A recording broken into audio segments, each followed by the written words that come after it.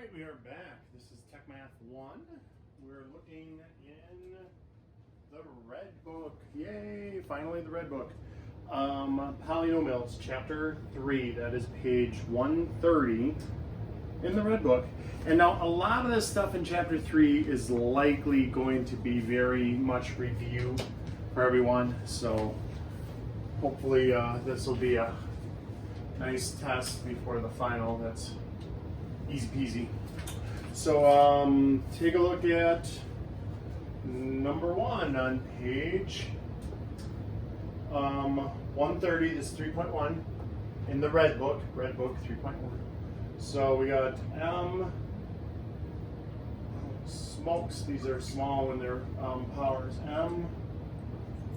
M4 times M5. And we've got t to the 10th over t to the 6th. And we've got d squared raised to the 5th power. Okay, so how do exponents work? Remember, exponents are shorthand. This is shorthand for 1, 2, 3, 4 m's times 1, 2, 3, 4, 5 m's. That's what that is. That's what that is. And so now if we look at them, there's 9 m's there. So m to the 9th. Now, I don't want you to do this. Don't write it out like that. You just, when you have like bases, you add the exponents. I just want you to understand why you're adding the exponents, because it's shorthand, right? It's a mathematical shorthand. It's what you're interpreting. Same thing here. Just t to the 10th. That's 1, 2, 3, 4, 5, 6, 7, 8, 9, 10 of them on top. And 1, 2, 3, 4, 5, 6 of them on bottom. They're all being multiplied, so you can cancel.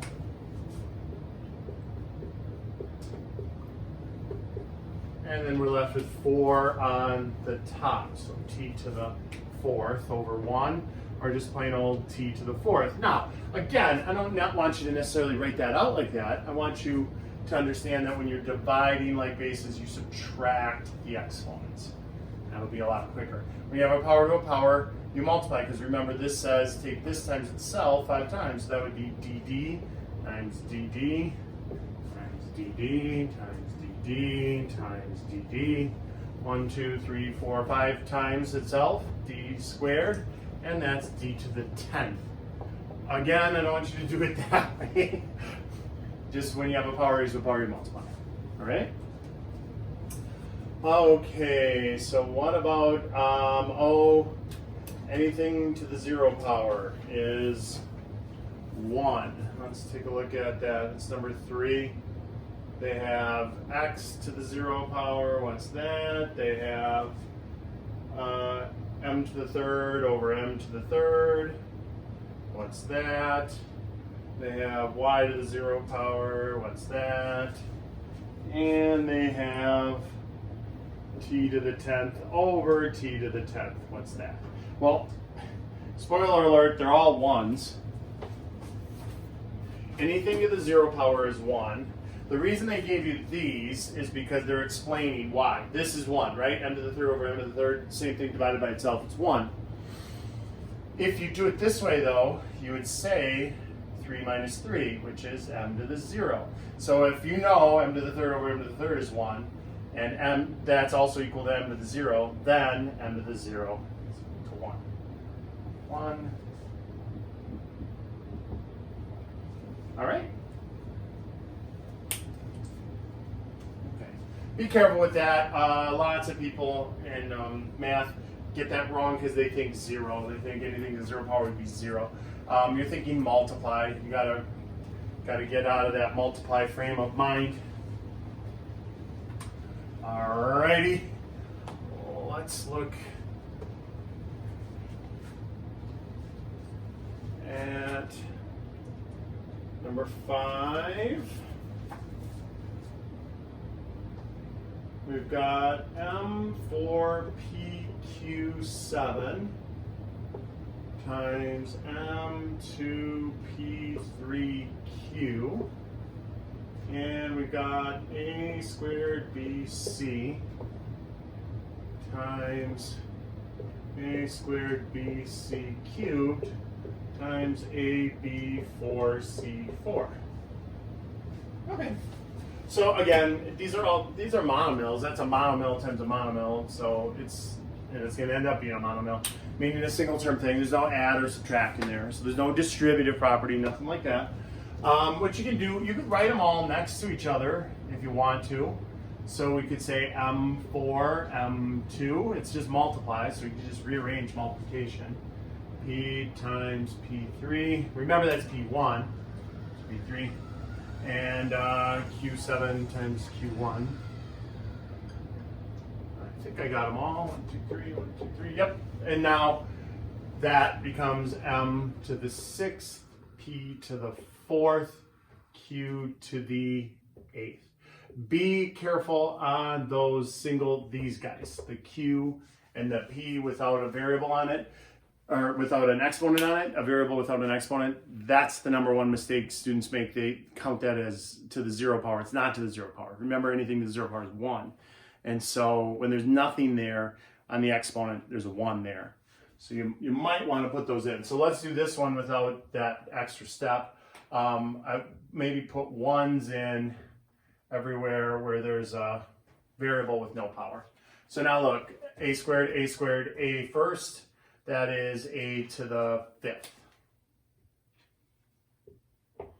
B4, that is b to the 6th. C3, C4, that is c to the 8th. And so, hopefully not too bad. Hopefully this is just all review for everybody. And here we'll look at number 9. We got P, is that a 3Q, all raised to the 3rd. P to the 3rd Q, quantity cubed, and a squared BC, 4, all raised to the 2nd power. And so this is, what's going on here? Look what's going on here. This is PPPQ times PPPQ times PPPQ. That's what's happening. If I take it out of the shorthand, that's what this is shorthand for. So how many P's I got there? P to the 9th. And how many Q's? Q to the 3rd. And that's your answer. Now, you could do it a little quicker and more efficiently by doing this. When you have a power raised to a power, you multiply. When there's multiple terms being multiplied, or not terms, multiple variables. It's just a single term. Sorry, I misspoke there. Single term, but multiple variables. You can just kind of hit each one. Like 3 times 3 is 9. 3 times 1 is 3. So it's not exactly the distributive property because this is what's happening, but it kind of feels like the distributive property. All right? Same with this. We got a 1 there. And so let's do this one the quick way. 2 times 2, that's a to the 4th. 2 times 1, that's b squared.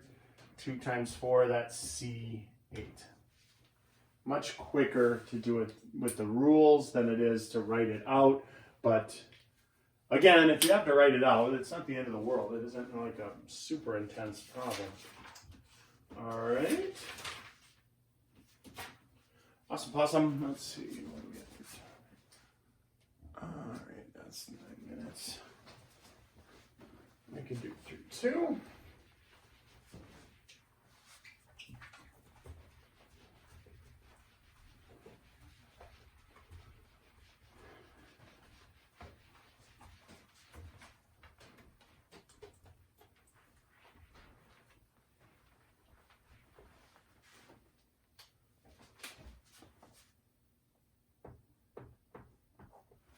All right, so let's take a look at 3-2. What are we doing here? Write in the form AX to the nth. Okay. So we're looking at number 12 on page 133. We got p squared, we got negative 6v, and we got negative x. And they want us to write it in ax to the nth form. Which means they literally want you to put the number there. Even though we're lazy in math, we don't write ones in front normally, but that's what's there. It's 1p squared.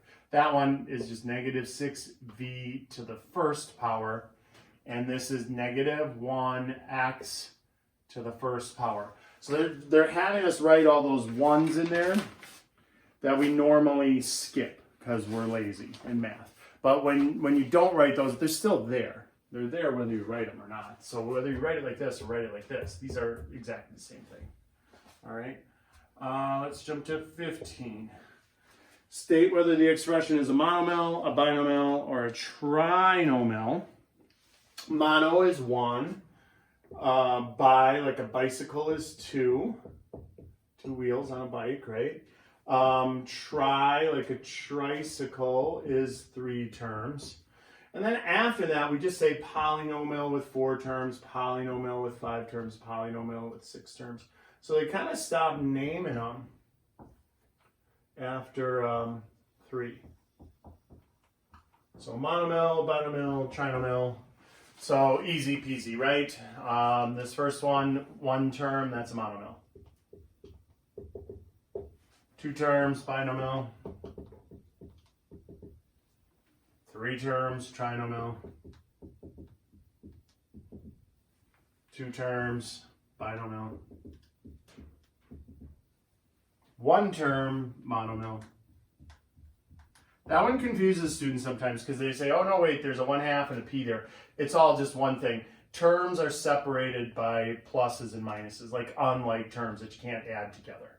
So this has 3 terms. This is just a single term. That is 3 terms, so that's a trinomial. Alrighty. Lovely doubly. Write them in descending order for 17. So descending order means you start high and go low from top to bottom. And then identify the degrees. Degrees is just the highest power on there. So if we looked at these, just really quick, these are all in descending order because the highest power is first. And, 6 and 5, 3 and 1 and nothing, 4 and 2 and nothing.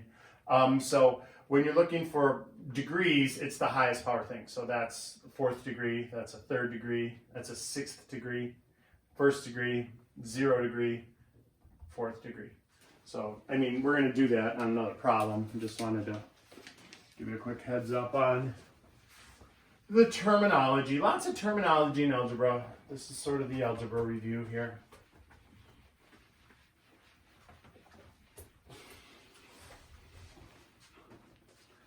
So let's take a look at 17. They want us to write this in descending order. So we got 8b plus b squared plus 1 plus 4b to the 3rd. They got 5y cubed plus y minus 6y to the 4th plus 2y squared. So to put these in descending order, we need the highest power thing first, and then the next highest power thing, and then the next, and then the next, until there's no powers. So look, out of here, this is the highest power thing. That's the big dog. Then b squared, then b, then the number. That's descending order. So that's a polynomial with 4 terms, and it is a third degree polynomial, because the highest power thing is a 3. All right, let's see, look at this one. The highest power thing here is right there, so negative 6y4. So you're just looking at the exponents. You're not looking at the coefficients, not the numbers in front. We don't care about those. We care about the exponents. So 4, 3, 2, and 1. First power. All right. So those are descending order. That's called descending order. That's usually how you write things. Number 18, they want to know what degree is each one of these. So let's take a look at that. We got 2y5, negative 7y2, negative 4y, and 6. So if we're looking at the degree, we just want the degree. This is a 5th degree. This is a 2nd degree. This is a 1st degree because there's a 1 there. And this counts as a 0 degree.